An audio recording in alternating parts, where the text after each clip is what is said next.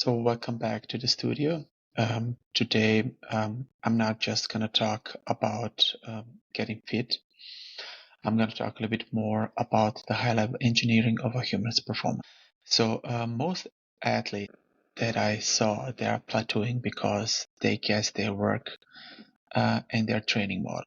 They work very hard on one side, but they just keep guessing and they are not very precisely with their work. So by my opinion, to create your own program or periodization model as an elite level athlete, you need to think like a sports scientist here for a moment. So I'm going to try to dissect critical points of performance here, moving all the way from biomechanic microscopic level all the way to the micromanagement to maybe your own competitive scene. So the first and foremost, the biomechanical audit, so the measuring. So everything starts with that biomechanical analysis. You cannot optimize what you haven't quantified before. So when we look, for example, on a sprint mechanic, so we are also looking at the points where we can see the energy leaks. So per se, if we want to talk about the shin angles, which are very important during that drive phase of a sprinting, if your shin angle is maybe a little bit more too vertical and you're pushing more up instead of out, a slightly degree angle in a deviation, it can make a huge difference whether you are a professional athlete, a sprinter, a world-class sprinter, or someone who is going to be left behind at the end. So that's one key point that I look at. The second one should be also joint angles. So what is happening with them here? So I also analyze the triple extension. So I look at the hip, knee, and an ankle. So to ensure the maximum leverage here is happening. Then not to forget the ground contact time. So this is the ultimate metric of efficiency to me. So if your foot stays on the ground for even a millisecond too long, you aren't sprinting. So you're shuffling. So I call it.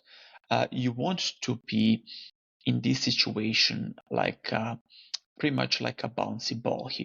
So you want to be very specific and not like a piece of a metal, something that is heavy.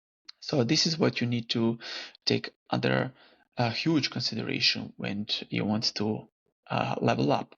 Then I like to call it the DNA warm or the neuromuscular activation warm. I would advise you to stay away from traditional warming up sequences, but try to use a little bit more of a dynamic neuromuscular activation approach. So the goal is here to potentiating the nervous system and to activate for the things that are coming afterwards. So if I look like leg swing exercise or high knee drives, A skips, B skips, or something like that. So these aren't just a blood flowing exercise.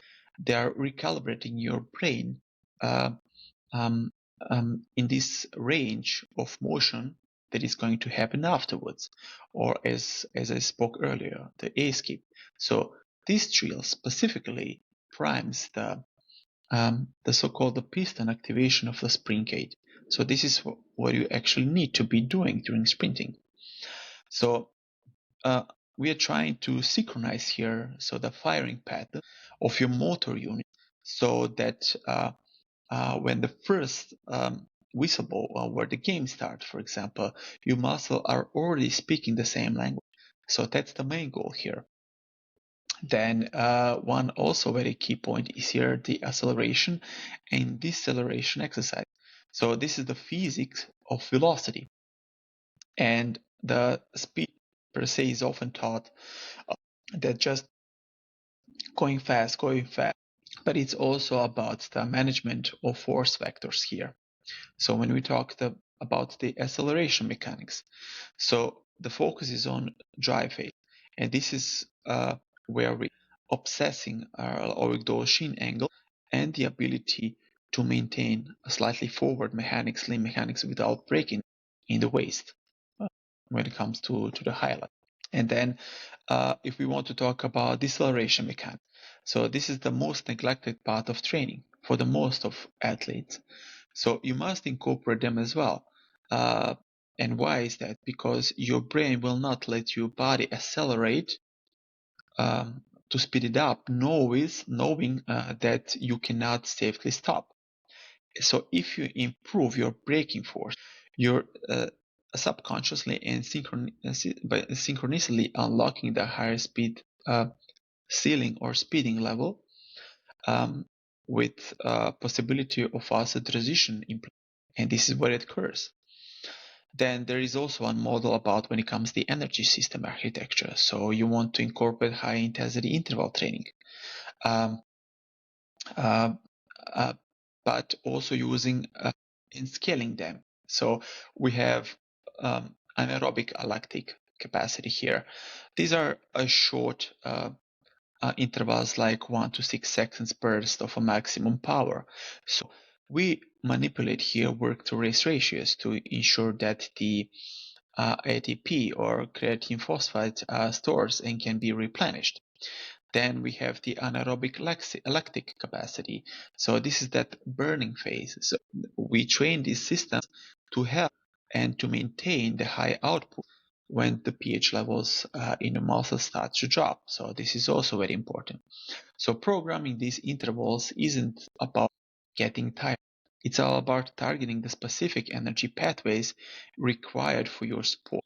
Because the recent study also are showing it that when you are able to adapt these energy systems in between themselves, then you will be able to create more mitochondria, who are actually the fireworks of producing more ATP.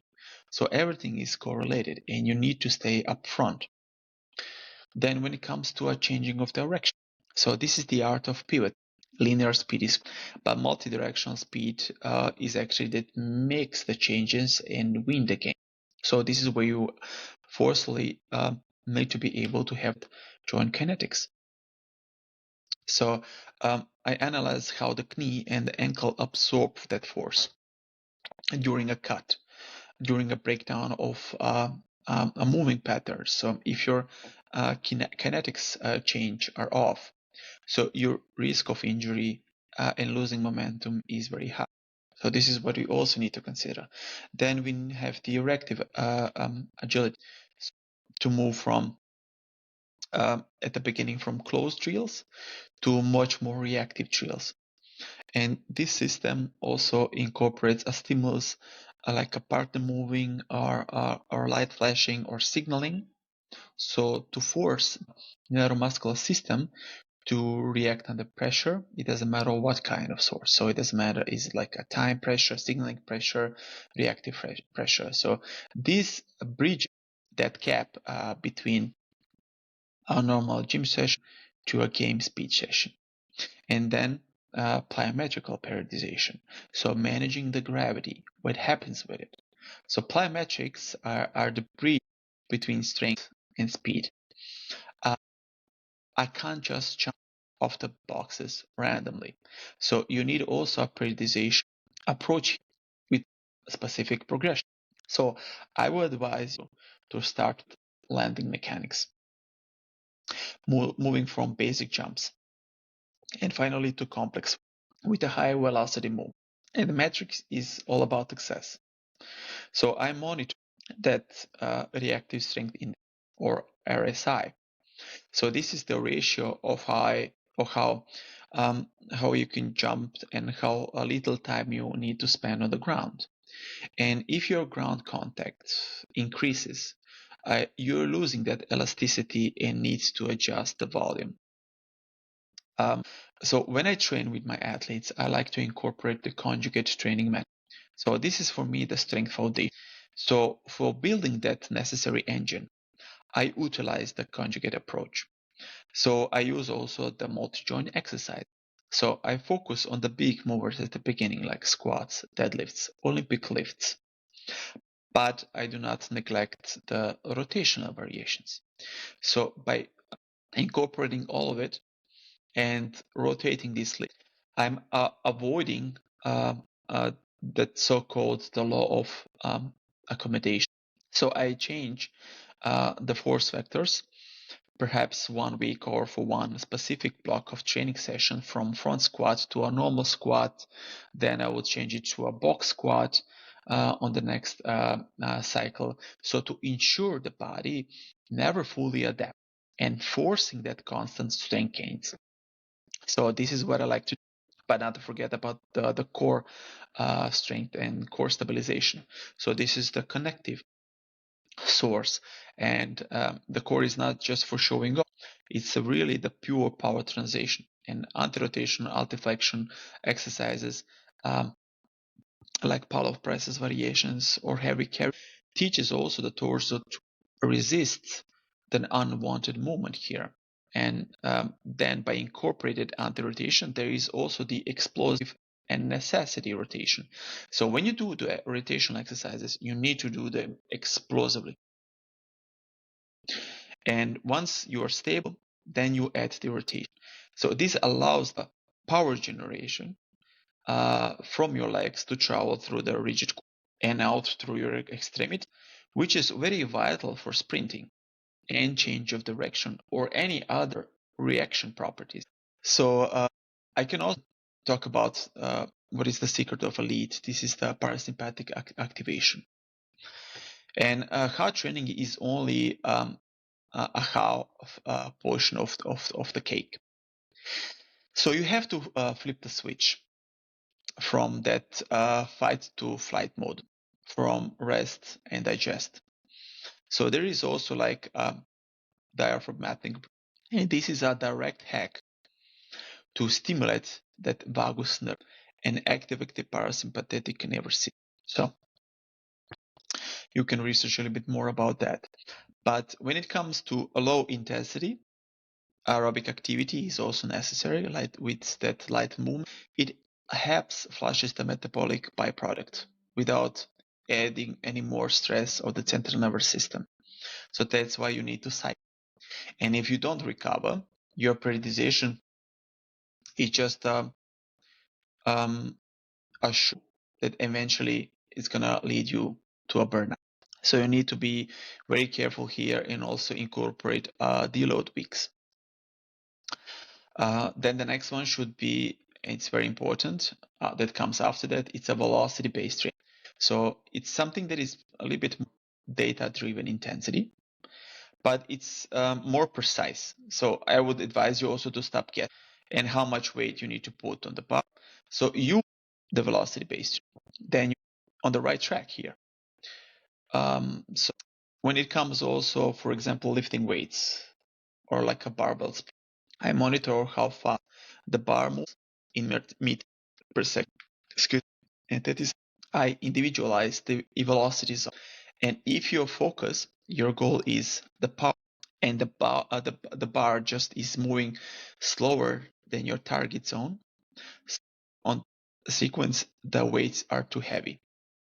And if it feels like, you should definitely reduce. So the velocity-based training and the data allows us to adjust the load basically on a daily basis so that you can actually reach your readiness and ensuring every rep is a high quality rep within the zone that is necessary from your perspective and for your sport discipline. The next point here that I would like to highlight is definitely the myofascial release. So this is the maintenance or the active recovery protocol. So you cannot program the power training um, into very specific or maybe restricted muscles on in a repetitive manner without that myofascial release. So using foam rolling, targeting pressure address with knots to improve the tissue quality, resist the bends here, massage guns, something like that. This is something that it comes with also in a combination with the PNF stretching or proprioceptive neuromuscular facilitation system. So this is when it comes for me as a gold standard for flexibility. So with mobility and flexibility training incorporating with So you're contracting the muscle before stretching it. So you kind of trick the nervous system into allowing a greater range of motion, which directly improves your biomechanical efficiency. So this is what is for me a must in my own recovery process. And maybe the last point, but not the least, so this is the in-season microcycle. So the maintaining and the peak performance, of course. So one of the biggest mistakes when I saw in your the athlete strength work, especially when the season starts. And when it comes to a microcycle, I think you should develop a little bit more short, high intent, but low volume training session or block to manage that fatigueness while keeping your strength gains. And this is the skill that needs to be developed over time. But then to much more skill specific focus during the season. So the main thing is uh, you should focus on much more skill drills that are very aggressive and much more correlated with your sport, but also with a high recovery rate to ensure that you are at your best on your game. So by having all of this wrapping up, programming your own periodization is an evolving art of. It requires you to be very both as one side as an athlete and also as a coach. But if you want to be serious about it, so don't do it alone. Collaborate with some sports scientists, coaches, biomechanical experts, trainers to fine tune your data, even incorporate it what is necessary. So build that machinery that's gonna last forever and monitors those metrics and stop having the excuses for anything. So this will be my advice to you, and until the next time. So thanks for tuning in. Stay safe and let's get moving. Bye bye.